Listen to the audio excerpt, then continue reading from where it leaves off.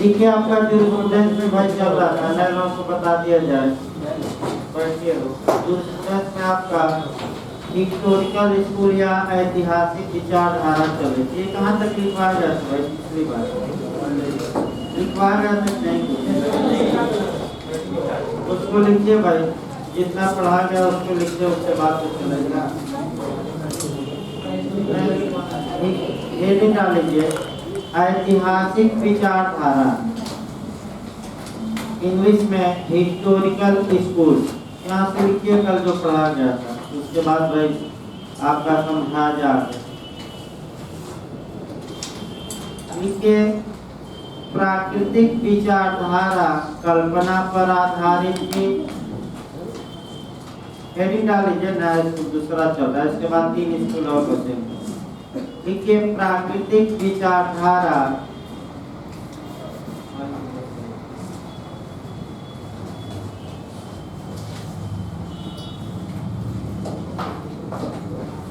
बैठिए भाई आप लोग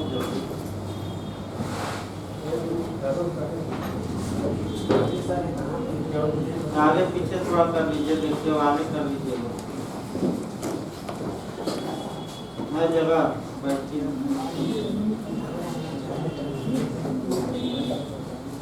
हाँ लिखिए भाई आपका हिस्टोरिकल स्कूल या हेडिंग डलवाया गया है ऐतिहासिक विचारधारा। लिखिए इसमें प्राकृतिक विचारधारा कल्पना पर आधारित थी, अर्थात तर्क एवं बुद्धि पर आधारित थी। ये भी पूछा जाता है, अर्थात तर्क एवं बुद्धि पर आधारित थी।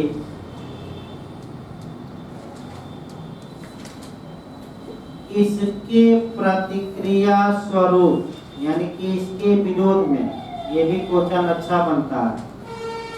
इसके प्रतिक्रिया स्वरूप, बच्चे एक लाइन छोड़कर लिखिएगा भाई। इसके प्रतिक्रिया स्वरूप यानी कि विरोध में, इसके अगेंस्ट में, इसके प्रतिक्रिया स्वरूप विश्व में 2 विचारधाराएं एक साथ अस्तित्व में आई। इसके प्रतिक्रिया स्वरूप विश्व में 2 विचारधाराएं एक साथ अस्तित्व में आई।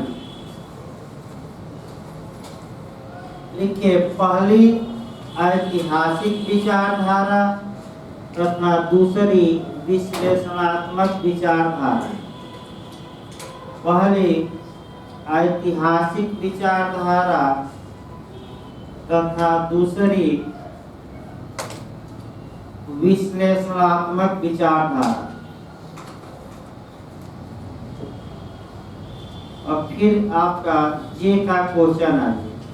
देखिए इन दोनों विचारधाराओं में, इसी लाइन में लिखिएगा, ये में आ चुका है। इन दोनों विचारधाराओं में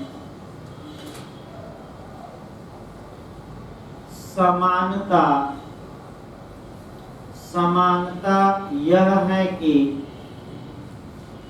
इन दोनों विचारधाराओं में समानता यह है कि ये प्राकृतिक विचारधारा के प्रतिक्रिया स्वरूप उत्पन्न हुई। इन दोनों विचारधाराओं में, ये यूपीजे में आ चुका है, इन दोनों विचारधाराओं में समानता यह है कि ये प्राकृतिक विचारधारा की प्रतिक्रिया स्वरूप उत्पन्न हुई या अस्तित्व में आई। तो आपका क्वेश्चन का मॉडल भी चलते रहिए। इन 2 विचारधाराओं में एक समानता पाई जाती है, तो आपका ऐतिहासिक और विश्लेषणात्मक क्या समानता है?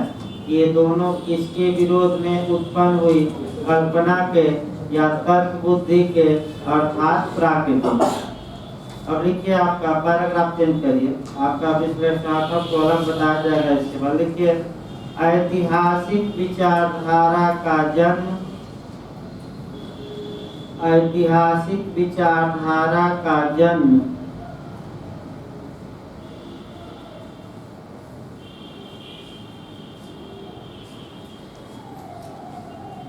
जर्मनी में हुआ। ये भी अंडरलाइन कर लीजिएगा, पूछा गया है। ऐतिहासिक विचारधारा का जन्म जर्मनी में हुआ तथा इसके पिता या जनक यानी कि फादर पूछा जाता है, तथा इसके पिता सेवनी को माना जाता है। सेवनी अंडरलाइन कर लीजिएगा, ये भी पूछा गया है। सेवनी को माना जाता है। पैराग्राफ फिर चेंज करके लिखिए, ऐतिहासिक विचारधारा को 2 वर्गों में बांटा गया है। ये भी आपका पूछा जा चुका है क्वेश्चन यूपीजे में। ऐतिहासिक विचारधारा को 2 वर्गों में बांटा गया है। यही दोनों वर्ग का लिखवा देते हैं अलग अलग। फर्स्ट लिखिए, प्योर हिस्टोरिकल स्कूल यानी कि शुद्ध ऐतिहासिक विचारधारा। फर्स्ट में लिखिए, शुद्ध ऐतिहासिक विचारधारा, प्योर हिस्टोरिकल स्कूल, शुद्ध ऐतिहासिक विचारधारा। इसमें लिखवा दिया जाए भाई 2-4 लाइन तक। लिखिए, इसका जन्म जर्मनी में हुआ। इसी लाइन में लिख लीजिए तो 2 लाइन। इसका जन्म जर्मनी में हुआ तथा इसके प्रतिपादक यानी कि फादर, अभी लिखवा भी गया था, तथा इसके फादर या प्रतिपादक या जन्मदाता, इसके जन्मदाता सेवनी थे।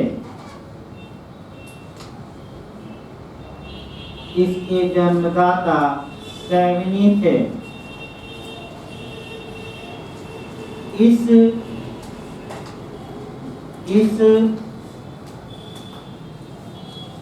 इसे लिखिए, इसे शुद्ध ऐतिहासिक विचारधारा इसलिए कहा जाता है, इसे शुद्ध ऐतिहासिक विचारधारा इसलिए कहा जाता है क्योंकि ये विद्वान संहिताकरण का विरोध करते हैं। यानी कि ये विद्वान कोडिफिकेशन का यानी कि संहिताकरण का यानी कि कानून बनाने का, क्योंकि ये संहिताकरण का विरोध करते हैं यानी कि कोडिफिकेशन का क्या करते हैं, ये विरोध। लिख लीजिएगा स्पष्ट रूप से। इसीलिए इसे शुद्ध ऐतिहासिक कहा गया कि संहिता नहीं, प्रथा और रूढ़ कल बताया गया था। प्रथा रूढ़ के आधार पर समाज चलेगा, कानून के आधार पर नहीं। लिखिए दूसरा, सेकंड लिखिए, विकासवादी ऐतिहासिक विचारधारा या प्रोग्रेसिव हिस्टोरिकल स्कूल। सेकंड लिखिए दूसरा, विकासवादी ऐतिहासिक विचारधारा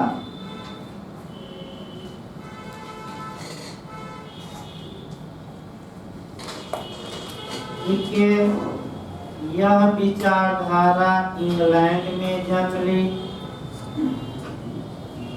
यह विचारधारा इंग्लैंड में जन्म ली तथा इसके जन्मदाता सर हेनरी मेन थे। अंडरलाइन कर लीजिएगा, पूछा गया। तथा इसके जन्मदाता सर हेनरी मेन थे। लिखिए, इनका मानना था कि कुछ समय के पश्चात संहिताकरण आवश्यक होता है। मैं शुरुआती दौर में नहीं, कुछ समय के बाद संहिताकरण आवश्यक होता है।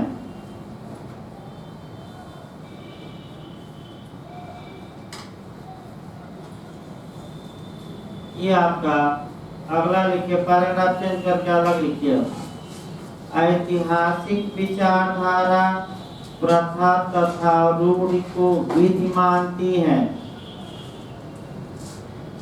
एरो बनाकर लिखते रहेगा अलग। ऐतिहासिक विचारधारा प्रथा तथा रूढ़ि को विधि मानती है। प्रथा तथा रूढ़ि को यानी कि कस्टम और यूजेज को। ये भी पूछा गया कि कौन सी विचारधारा प्रथा रूढ़ि को विधि मानती है। विक्टोरी।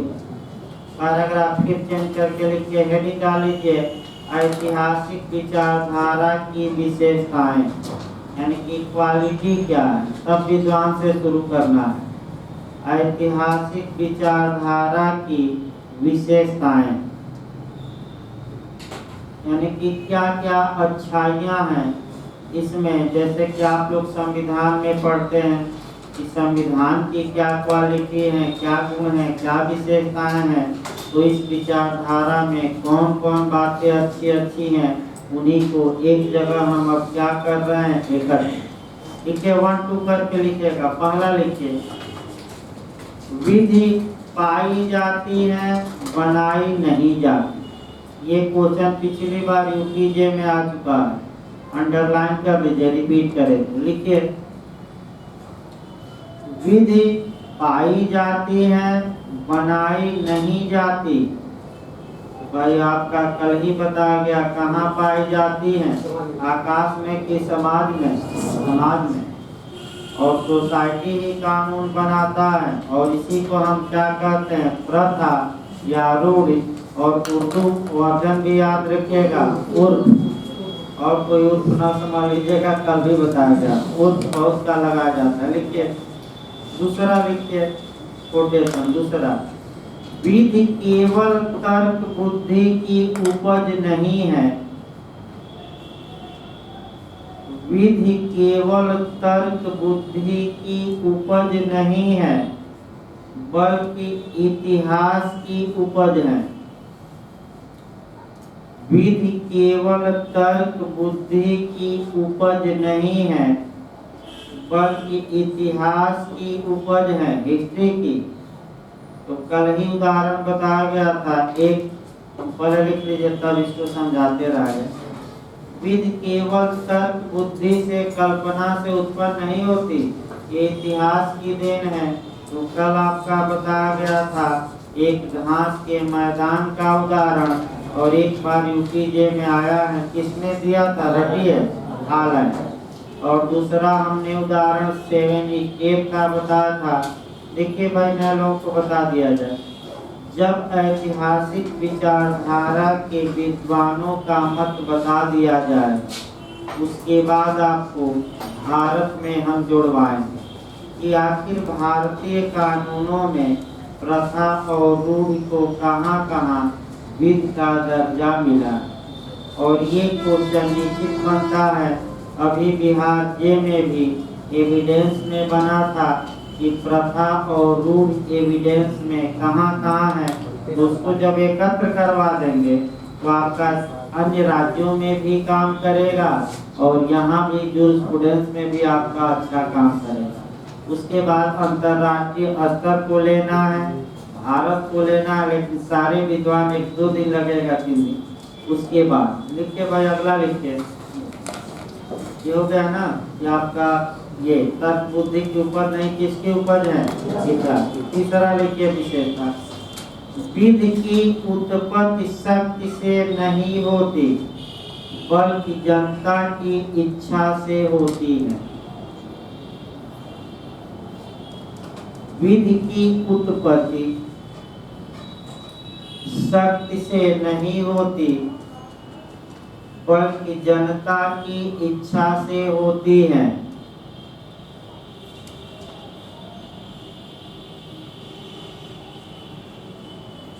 अगला लिखिए, प्रथा तथा रूढ़ अधिनियमित विधि से श्रेष्ठ होती है। इसको अच्छा लोग माने हैं।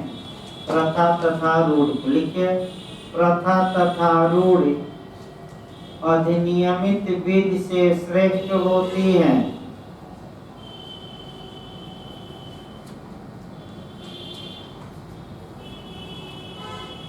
अगली विशेषता लिखिए, विधि का विकास भाषा के समान होता है। कल बताया गया था इसको।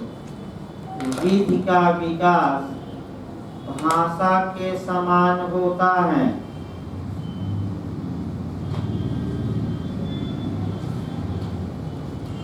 अर्थात जिस प्रकार, इसी लाइन में लिखना है, अर्थात जिस प्रकार किसी भाषा में नए नए शब्द आते रहते हैं,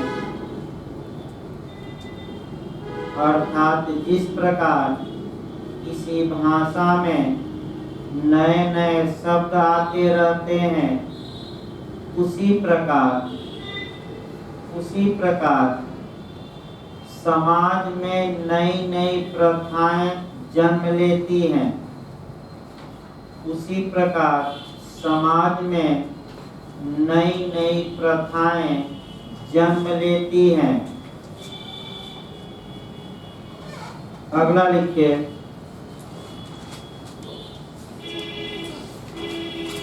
विधि की सार्वभौमिक बाध्यता, विधि की सार्वभौमिक बाध्यता, विधि को लिखिए, विधि को सार्वभौमिक बाध्यता प्राप्त नहीं होती।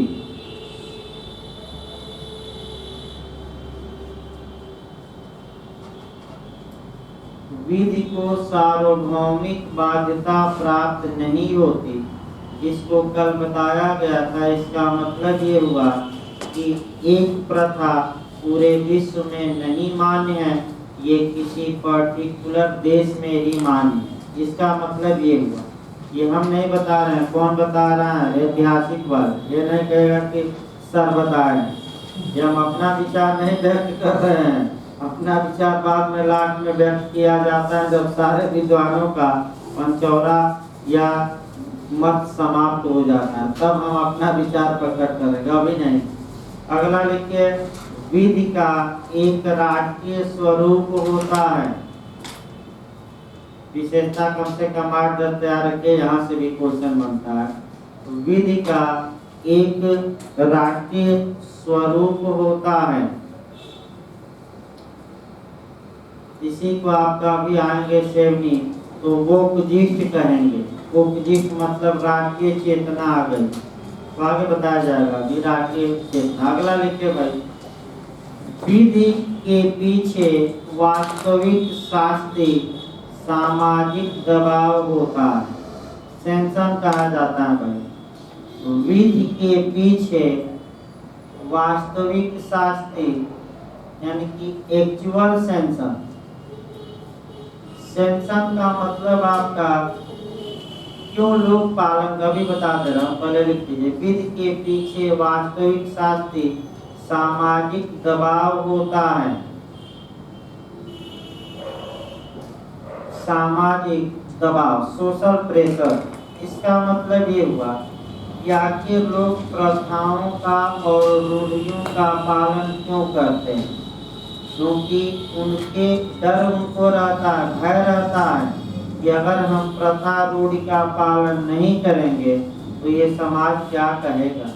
तो समाज के डर भय के कारण लोग किसका पालन करते हैं? प्रथा तथा रूढ़ि। ये हम नहीं, कौन बता रहे हैं? ऐतिहासिक विचारधारा।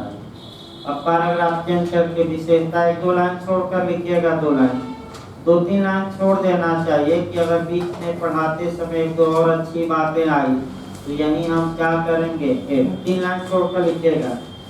हेडिंग डाल लीजिए, ऐतिहासिक विचारधारा के विद्वान। अब सबका मत समझा जाए और यहीं से आपका समझाना भी है और लिखवाना भी है। लिखिए भाई, पहला विद्वान लिखिए, विद्वान का नाम मॉन्टेस्क्यू।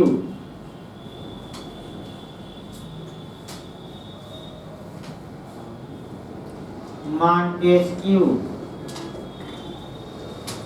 देखिए मॉन्टेस्क्यू ने आपका, लिख लीजिए उसके बाद समझा गया। अभी आपका बिहार जेल में भी आया था।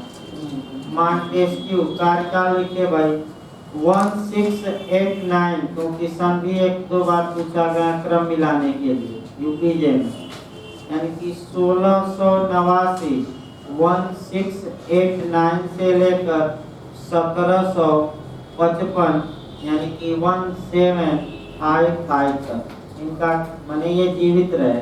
कब जन्म लिए कब मरे, तो 1689 में जन्म लिए और 1755 में इनकी क्या हुई है। बहुत महत्वपूर्ण इनका सिद्धांत है, लिखिए। ये फ्रांस के रहने वाले थे,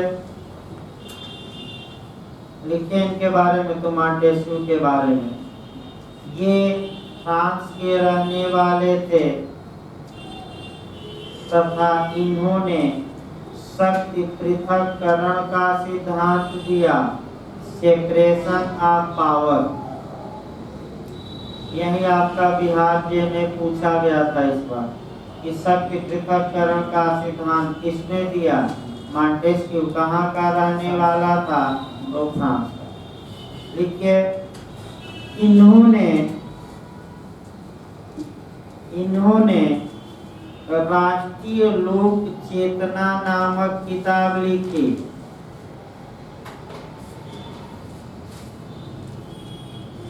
राष्ट्रीय लोक चेतना नामक किताब लिखी। इंग्लिश में कहा जाता है spirit of the law nation.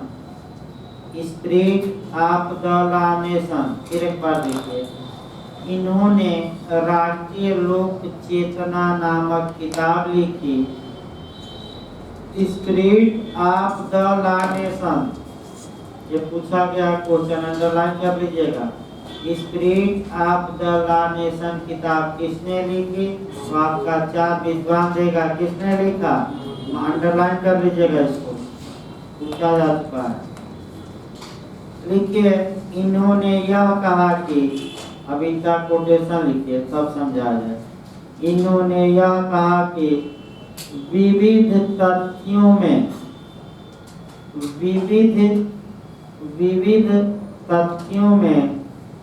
राष्ट्रीय लोक चेतना, विविध तथ्यों में राष्ट्रीय लोक चेतना ऐसा तथ्य है जिस पर विधि का स्वरूप निर्भर करता है। ऐसा तथ्य है जिस पर विधि का स्वरूप निर्भर करता है, यानी कि डिपेंड करता है विधि का स्वरूप। राष्ट्रीय आपका लोक चेतना, अभी हम बताएंगे लोक चेतना क्या है। एक लाइन और लिखिए, पैराग्राफ चेंज करके। सभी विधियों का निर्माण कार्य तथा कारण के प्रभाव से होता है। सभी विधियों का निर्माण कार्य तथा कारण के प्रभाव से होता है।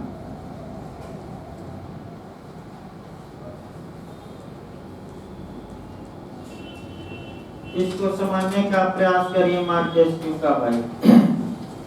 देखिए मॉन्टेस्क्यू 2-3 बातें बताते हैं। पहला, इन्होंने किताब लिखी राष्ट्रीय लोक चेतना, यानी कि spirit of the law nation. इस किताब में इन्होंने ये बताया कि विधि का जो विधि की उत्पत्ति होती है वह राष्ट्रीय लोक चेतना के माध्यम से होती है। तो राष्ट्रीय लोक चेतना है क्या, इसी को समझना है। इसको सेवनी ने एक नाम दिया ओकजित, याद रखिए। इसको सेवनी जो आएंगे आगे क्या नाम देंगे, ओकजित या लोक चेतना। तो समाज में चेतना किसी विषय के बारे में कैसे आएगी, उसी को थोड़ा समझना है। डिटेल में हम सेवनी में बताएंगे।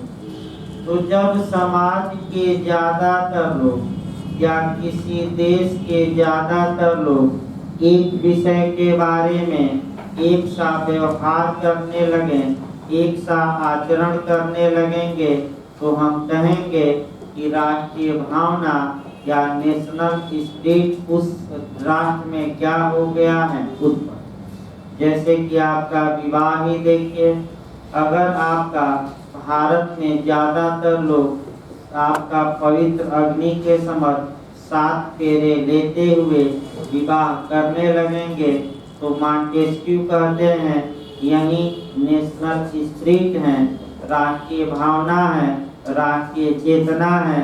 और इसी को आपका कौन कानून मानते हैं? मॉन्टेस्क्यू कौन कानून इसको मानते हैं? इसका मतलब ये हुआ कि एक विषय पर किसी देश के ज्यादातर लोग एक जैसा क्या दिखा रहे हैं, कंडक्ट, व्यवहार, तो ये माना जाएगा कि उस देश में उस विषय को लेकर एक चेतना आ गई है और इसी को राष्ट्रीय लोक चेतना कहा जाता है। मॉन्टेस्क्यू का आपका राष्ट्रीय लोक चेतना पर एक दो और उदाहरण दिया जाए। जो ये नेशनल स्पिरिट है या राष्ट्रीय भावना है, ये आपका कह सकते हैं कि ये जो भावना है ये जिस देश में व्यक्ति रहता है आपका उस देश की राष्ट्रीय भावना जागृत होती है, लेकिन इसका आपका वर्तमान समय में मिसयूज भी हो रहा है और इतिहास में भी मिसयूज हुआ है। जैसे कि अमेरिका में ट्रंप जी थे तो उन्होंने राष्ट्रीय भावना देखिए कैसे भड़काई, ये इतिहास रहा है जर्मनी इत्यादि का, तो उसने राष्ट्रीय भावना को हिटलर भड़काया और जाकर आपका तमाम लोग मारे गए। तो आपका ट्रंप ने भी देखिए राष्ट्रीय भावना कैसे भड़काई। ट्रंप ने ये कहा कि अमेरिका केवल अमेरिकन के लिए है, बाहरी लोगों का प्रवेश हम वर्जित करेंगे। बाहरी लोग आकर और अमेरिका के लोगों का हक छीन रहे हैं, कम पैसे में नौकरी पा जा रहे हैं और अतः हम बाहरी लोगों को क्या करेंगे, अमेरिका में प्रवेश नहीं करने देंगे। अब वहाँ के लोगों में अमेरिका हमारा है, हम ही रहेंगे, ये भावना जागृत कर दी गई और जीत भी गए, इसमें कोई शक नहीं। लेकिन ये जो लालीपाप हैं ज़्यादा समय तक नहीं चलता, मैं बता दूं, और अंत में क्या हुए, हार ही गए इस बार। दूसरा आपका मोदी जी ने भी यही काम किया, सेम ट्रंप की स्टाइल में। आपका भाई किसी को बुरा ना लगे, आपका क्योंकि अंधभक्त भी होते हैं ज़्यादा, ट्रंप के, मोदी के, माया के, बुआ के, बबुआ के, भाई सब पर उदाहरण दिया जाता, किसी को बुरा ना लगे। ये उदाहरण किसी की भावना को ठेस पहुंचाने के लिए नहीं बल्कि एक ज्ञान के लिए दिया जाता। अब ये नहीं कि कोई भाई पर। मोदी जी ने भी भाई कुछ हद तक इस भावना का प्रयोग करके 2014 में चुनाव जीता था। आपका 2014 के चुनाव को उन्होंने भारत के लोगों में एक भावना भरी कि पाकिस्तान हमारा सबसे बड़ा विरोधी है और 2 सिर के बदले हम कितना सिर लाएंगे, 20 सिर लाएंगे। और आपका तमाम लोगों ने ये कहा, चूड़ी भेंट की मनमोहन सिंह को, आपका जैसे कि अब भाई सुषमा स्वराज के अब एक्सपायर कर गई हैं, तमाम लोगों ने तमाम आपत्ति की गई। तो अब समस्या आई और लोग आपका ये समझने लगे, भावना उत्पन्न हो गई लोगों के मन में कि हाँ यही व्यक्ति हैं जो भारत पाकिस्तान को सबक सिखा देगा और 2 सिर के बदले कितना काट कर आएगा, 20 सिर। और इसका कांग्रेस पर बुरा असर पड़ा और राष्ट्रीय भावना लोगों के मन में जागृत हुई और अंत में भारी बहुमत से क्या हुई, विजय। लेकिन बार बार नहीं चलता ये भावना, दूसरे चुनाव में इसका जिक्र ही नहीं किया गया। आप देखे होंगे पाकिस्तान नहीं बल्कि हमने ये दिया तो वो दिया वो दिया। ये सही बात है कि सरकार योजना चला रही है और गरीबों को जैसे फ्री में सिलेंडर मिल जा रहा है, मकान ज़्यादा बन गए हैं, इसमें कोई शक नहीं है। और इसीलिए जो मायावती जी का वोट था वह वोट भाजपा में गया, इसमें भी कोई शक नहीं। लोकसभा चुनाव में ये लग रहा था कि हार जाएंगे यूपी में क्योंकि बुआ बबुआ एक हो गए थे, लेकिन आपका किसी को मैंने नहीं हारे, वो अलग बात है। देखिए आपका इसी को नेशनल स्पिरिट कहा जाता है। अब तो आ गया ना राष्ट्रीय भावना, मतलब किसी देश में एक बात को लेकर क्या एक राय हो जाना। ये आगे और डिटेल में हम पढ़ाएंगे। किस विद्वान अभी आएगा, आज तो नहीं आ पाएगा, कल आ जाएगा सेमनी में, और बहुत डिटेल में आलोचना भी कराई जाएगी। दूसरा, मॉन्टेस्क्यू ने एक सिद्धांत ये दिया, सेपरेशन ऑफ पावर, यानी कि शक्ति के पृथक्करण का सिद्धांत। अब ये सिद्धांत भारत में लागू है कि नहीं लागू है, ये सोच तो लास्ट में हम बताएंगे, अभी नहीं। लेकिन शक्ति पृथक्करण का सिद्धांत को समझ लीजिए। मॉन्टेस्क्यू ये मानते हैं कि सरकार के 3 अंग या 3 हिस्से होते हैं। कौन कौन हिस्से हैं सरकार के? एक न्यायपालिका, दूसरा कार्यपालिका और तीसरा विधायिका। न्यायपालिका अलग होनी चाहिए, कार्यपालिका अलग और विधायिका अलग। न्यायपालिका, कार्यपालिका, विधायिका का काम अलग अलग लोगों द्वारा किया जाना चाहिए और एक दूसरे से कोई अटैचमेंट न हो, ये मॉन्टेस्क्यू कहते हैं। और तमाम बातें बताते हैं कि अगर न्यायपालिका विधायिका मिल गई तो क्या होगा, एडिला में पढ़ा जाता है, यहाँ नहीं। विधायिका कार्यपालिका मिल गई तो क्या होगा, और तीनों मिल गए तो क्या होगा, तो बहुत बड़ा नुकसान होगा लोगों का।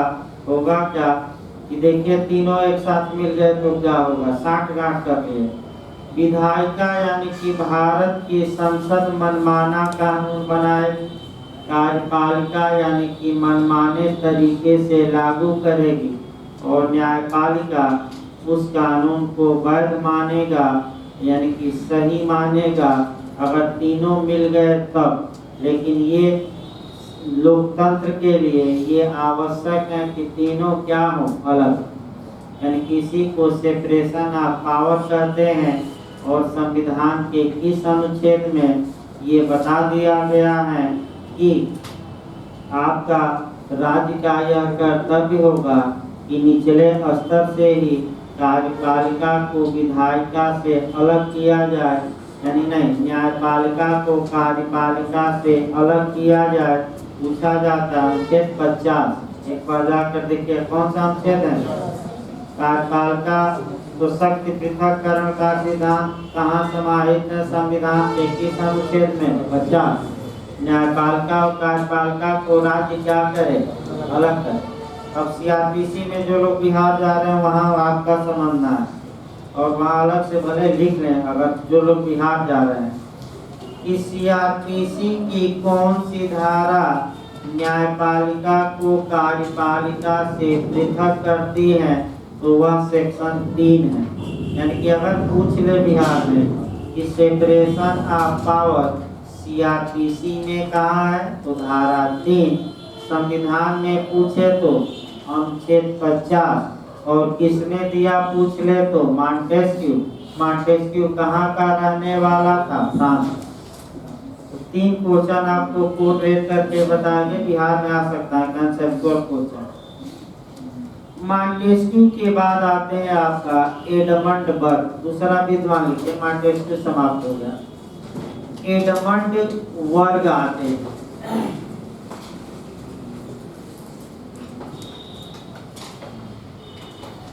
एडमंड वर्ग ऐसे लिखेगा भाई, ये विदेशी एडमंड वर्ग। देखिए ये इंग्लैंड के रहने वाले थे, लिखते रहिए एडमंड वर्ग, हेडिंग डालीजिए। तो ये इंग्लैंड के रहने वाले थे।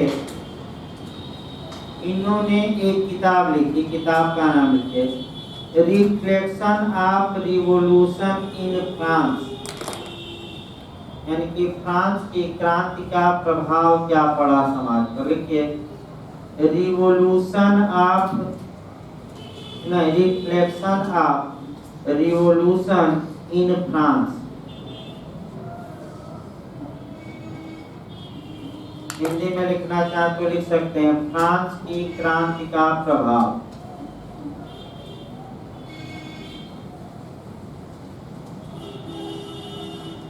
तो कल बताया जाएगा, इस बात बता रहे हैं।